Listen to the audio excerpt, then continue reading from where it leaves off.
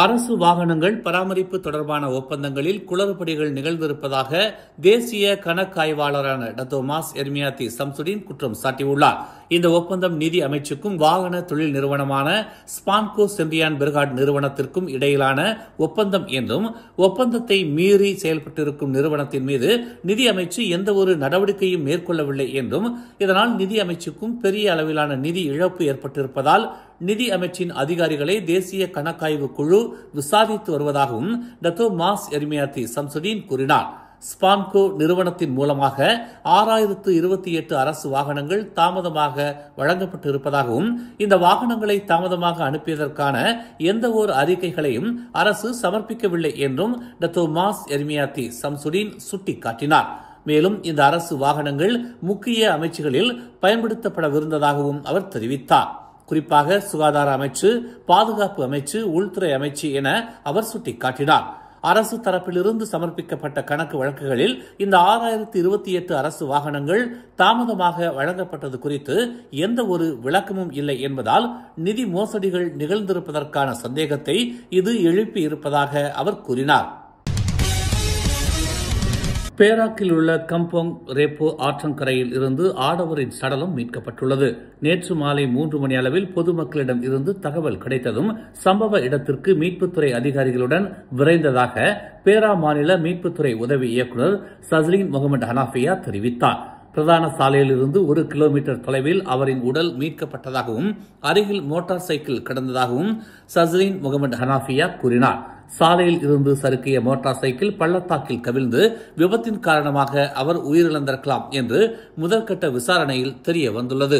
உயிரிழந்தவர் 50 வயதுடைய உள்ளூர் ஆடவர் என்று அடையாளம் காணப்பட்டுள்ளதாகவும், பிரேத பரிசோதனைக்காக அவரின் உடல் நேற்று மாலை 6:45 மணிக்கு மருத்துவமனைக்கு கொண்டு செல்லப்பட்டதாகவும், மேலதிக விசாரணைகளை காவல்துறை மேற்கொண்டு வருவதாகவும் சஸ்லீன் முகமது ஹனாஃபியா கூறினார்.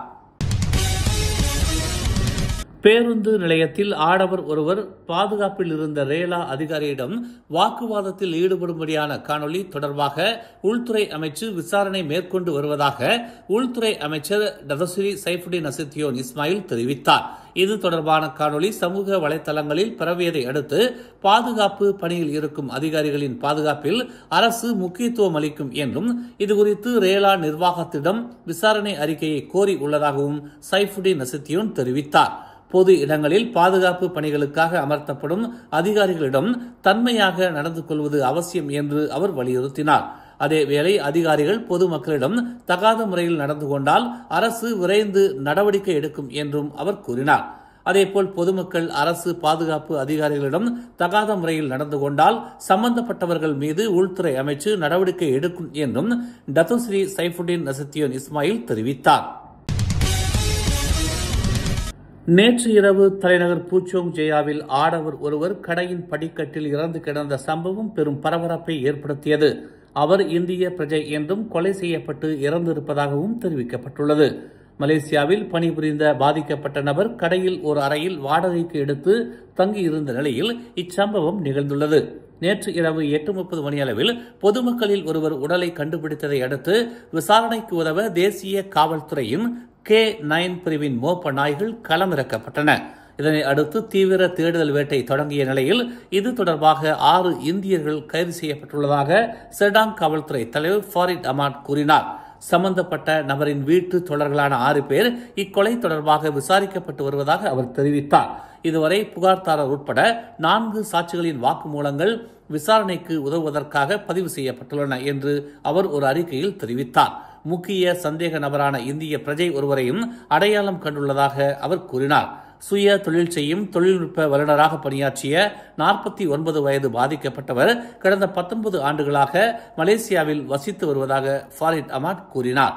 இந்நிலையில் கொலைக்கான தண்டனை சட்டத்தின் பிரிவு 302 கீழ் விசாரணைக்கு உதவுவதற்காக சம்பவ இடத்திலிருந்து சிசிடிவி காணொலி பதிவுகளையும் போலீசார் ஆய்வு செய்து வருவதாகவும் ஃபாரிட் மேலும் கூறினார். இந்த வழக்கு குறித்த தகவல் தெரிந்த பொதுமக்கள் அருகில் உள்ள காவல் நிலையம் அல்லது செர்டாங் காவல் தலைமையகத்தை தொடர்பு கொள்ளுமாறு அவர் அறிவுறுத்தினார். கோலாலம்பூரில் உள்ள முத்தியாரா செந்தூல் கொண்டோமினியத்தின் 9வது மாடியில் இருந்து விழுந்து இலங்கை பிரஜை ஒருவர் நேற்று காலை இறந்து கிடந்தார். கட்டிடத்தில் இருந்து ஒருவர் விழுந்து விட்டதாக பொதுமக்கள் காலை 8:40 மணிக்கு போலீசாருக்கு தகவல் அளித்ததாக செந்தூல் காவல்துறை தலைவர் அமாட் சுகர்னோ ஜகாரி தெரிவித்தார். அந்த இடத்தில் மேற்கொள்ளப்பட்ட சோதனைகளில் 26 வயது நபர் ஒரு தொழிலாளியாக வேலை செய்து வந்தது கண்டறியப்பட்டதாக அவர் தெரிவித்தார். அவர் கொண்டோமினியத்தின் 2வது மாடி நீச்சல் குளத்திற்கு அருகில் கிடந்தது கண்டுபிடிக்கப்பட்டது. காலம்பூர் மருத்துவமனையின் துணை மருத்துவர்கள் அவரது மரணத்தை உறுதிப்படுத்தியதாக தெரிவிக்கப்பட்டுள்ளது.